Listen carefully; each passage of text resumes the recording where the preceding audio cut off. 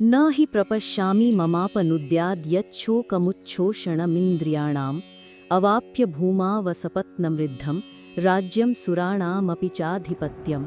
अर्थात मैं ऐसा कोई उपाय नहीं देख रहा हूँ जो मेरी इंद्रियों को सुखाने वाले इस शोक को दूर कर सके। भले ही मुझे पृथ्वी पर एक धन धान्य से संपन्न और निष्कंटक यानी शत्रु रहित राज्य मिल जाए और देवताओं पर भी स्वामित्व प्राप्त हो जाए, तो भी ये शोक दूर नहीं होगा। पिछले श्लोक में शिष्य बनने के बाद अर्जुन अब अपने गुरु को अपनी समस्या की गहराई बता रहे हैं। वे ये स्पष्ट कर रहे हैं कि उनकी समस्या कितनी गंभीर है। 1. शोक की तीव्रता। उच्छोषणेन्द्रियाणाम। अर्जुन अपने दुख को साधारण शोक नहीं कह रहे हैं। वे कहते हैं कि ये शोक उनकी इंद्रियों को सुखा रहा है।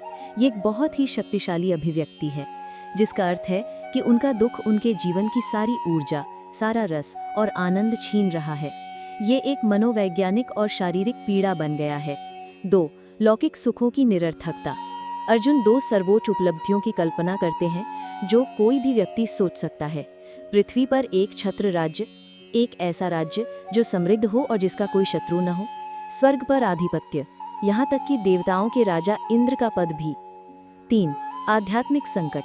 इन दोनों सर्वोच्च सुखों को नकार कर अर्जुन ये कह रहे हैं कि उनका दुख किसी भौतिक वस्तु या पद की कमी के कारण नहीं है। ये एक आंतरिक, आध्यात्मिक और अस्तित्व का संकट है। कोई भी बाह्य सफलता इस आंतरिक खालीपन को नहीं भर सकती। अर्जुन ने ये महसूस कर लिया है और इसीलिए अब वो एक ऐसे समाधान की तलाश में है जो भौतिक जगत से परे हो। इसी के साथ अर्जुन बोलना बंद कर देते हैं और कृष्ण के उत्तर की प्रतीक्षा करते हैं।